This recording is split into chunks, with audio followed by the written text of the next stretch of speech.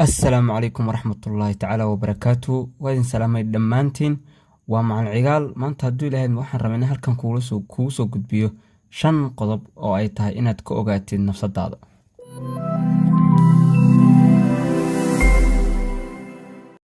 Waxaan rabaa inaan halkan kugula wadaago 5 shay oo ay tahay inaad naftaada ka ogaato haddii aad rabto inaad ku noolaato nolol farxad iyo reereyn leh. Dhammaanteen waxaan la halgamaynaa horumarka nolosha. Laga yaabee inaad dareento xanibaad, laga yaabee inaad u malaynayso in arrimuhu aysan si degdeg ah isu bedelaynin, ama aad dareemayso culays iyo walbahaar. Run ahaantii dareenada qaar ayaa ka dhasha natiijada maamul xumo ee nafteena. Dunida ma wanaajin kartid ilaa aad naftaada wanaajiso. Tani waa sababta aan maanta diiradda u saari doono adiga. Inta aan ku dhex jiro muuqaalka maanta, qaado warqad oo qor jawaabaha ama wax kasta oo aad muhiim u aragto. Number 1. Qodobka koowaad ee aad nafsadaada aad ka ogaanaysid wuxuu yahay maxaad rabtaa inaad noqoto. Ii sheeg waxaad rabto inaad runtii noqoto. Ha isiinin jawaab iska dheh ah oo bulshada inteeda badan adeegsadaan, sida waxaan noqon doonaa madaxweyne, ra'iisul wasaare, wax noocaas. Kuwa aan garanaynin waxa ay rabaan waxay hiil fiican u noqdaan kuwa si fiican u garanaya waxa ay rabaan. Qodobka labaad oo ay tahay nafsadaada inaad ka ogaato wuxuu noqonayaa waa maxay xamaasadaadu. Maxaad samayn kartaa saacado badan adiga oo dareemin waqtiga duulaya? Maxaa keena in dhiiggaagu si degdeg ah u qulqulo? Maxaa gudahaaga holac ka shida marka aad aragto dad kale oo samaynaya? Waa inaad baartaa waxa xamaasadaada kiciya ee aad jeceshahay. Qodobka saddexaad ay rabto in ay tahay inaad ogaato wuxuu noqonayaa waa maxay awoodahaaga. Marka laga reebo dareenkaaga, waxaa jira waxyaabo aad runtii ku fiican tahay ama aad ugu yaraan ka fiican tahay in badan dadka kugu xeeran. Weligaa ma ka fikirtay meelaha aad ku fiican tahay? Marka aan isku dayno inaan helno 3 ka mid ah. Awoodahaagu waa adiga waxyaabaha aad si joogto ah oo la isku halayn karo u qaban karto. Waxaa laga yaabaa inaadan u malayn inay waxaasi ay cajiib yihiin ama ay wax fiican yihiin.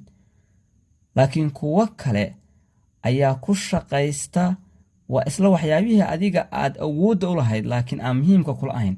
Dad kale ayaa ku shaqaysta oo ay awoodooda tahay. Hadda waxaan isweydiinaynaa dhowr su'aalood oo kaa caawinaysa inaad garatid waxyaabaha aad awoodda u leedahay. Waa maxay dhibkii ugu adkaa ee aad si guul leh u xallisay ama aad guul ka gaartay? Waxyaabihii ugu adkaa ee ku soo maray ee guul ka gaartay maxay ahayd? Waa maxay hal shaqo oo ay dadku kugu ammaaneen habka aad u qabatay? Maxay saaxiibada kugu jecel yihiin? Maxay dadka kale kuugu yimaadaan si aad u caawiso? Su'aalahaas markaan isweydiino waxaa noo soo baxaya awoodaheena iyo waxyaabaha aan ku wanaagsanahay awood ahaan ugu wanaagsantahay. Marka laga soo tago saaxiibada ama koox isaagaaga ah, maxay yihiin waxyaabaha aad kaga fiican tahay iyaga? Saaxiibada waxyaabaha aad kaga fiican tahay maxay yihiin? Weydii su'aalaha noocan ah ilaa aad awooddo inaad aqoonsato 3 aad ku wanaagsan tahay oo aad heshid waxyaabaha ay tahay inaad qabatid ee awooddaadu ay ka bixi karto. 4. Waa maxay waxyaabaha aad ku liidato? Haddii aad wax ku fiican tahay, waxaa jira waxyaabo aad ku fiicnayn. Qof kasta waa inuu ogaadaa waxa uu ku xun yahay si daacadnimo leh. Kaliya ayaa baaraya naftaada cilladaha ay leedahay oo mana sheegaysid dadka kale ama qof kale uma sheegaysid. Si la mid ah waxyaabihii aad ku fiicnayd, baar 3 daciifnimo oo naftaada ka baranaysid. Si laga caawiyo inaad barato meelaha aad ku liidato waa kuwan su'aalaha.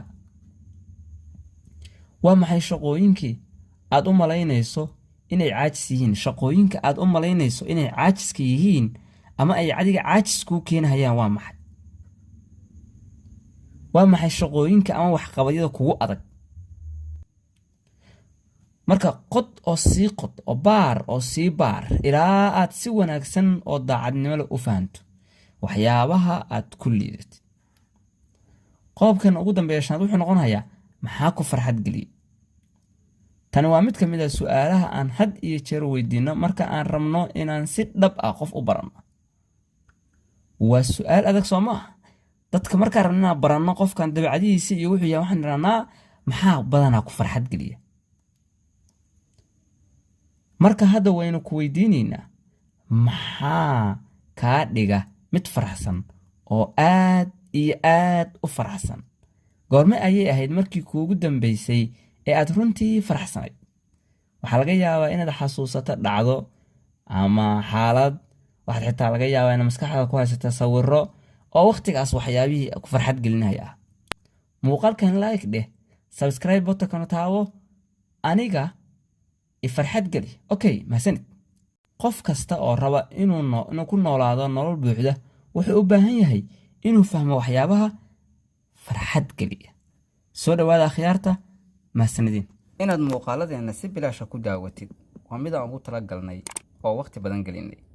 laakiin inaad hal subscribe nagu caawiso waa mid qaadanaysa wax ka yar hal second.